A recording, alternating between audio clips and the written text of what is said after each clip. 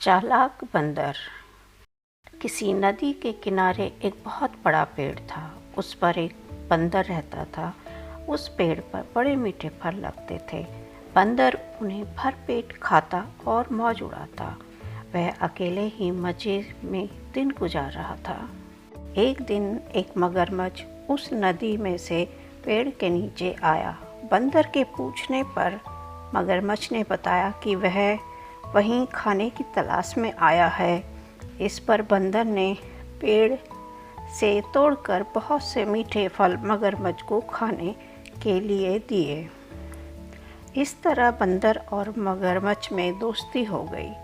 अब मगरमच्छ हर रोज़ वहाँ आता और दोनों मिलकर खूब फल खाते।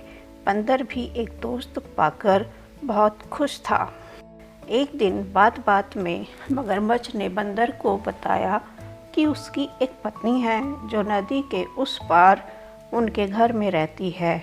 तब बंदर ने उस दिन बहुत से मीठे फल मगरमच्छ को उसकी पत्नी के लिए साथ ले जाने के लिए दिए।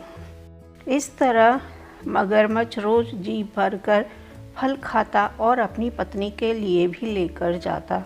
मगरमच्छ की पत्नी को फल खाना तो अच्छा लगता, पर पति का देर से घर लौटना पसंद नहीं था। एक दिन मगरमच्छ की पत्नी ने मगरमच्छ से कहा कि अगर वह बंदर रोज़ रोज़ इतने मीठे फल खाता है तो उसका कलेजा कितना मीठा होगा। मैं उसका कलेजा खाऊंगी। मगरमच्छ ने उसे बहुत समझाया, पर वह नहीं मानी। मगरमच्छ दावत के बहाने बंदर को अपनी पीठ पर बैठाकर अपने घर लाने लगा। बीच नदी में उसने बंदर को अपनी पत्नी की कलेजे वाली बात बता दी। इस पर बंदर ने कहा कि वो तो अपना कलेजा पेड़ पर ही छोड़ आया है, वह उसे हिफाजत से पेड़ पर रखता है, इसीलिए उन्हें वापस कलेजा लाना पड़ेगा। मगरमच्छ बंदर को वापस पेड़ के पास ले गया।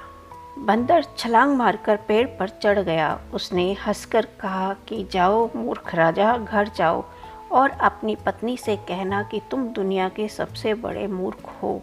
भला कोई भी अपना कलेजा निकालकर अलग रख सकता है?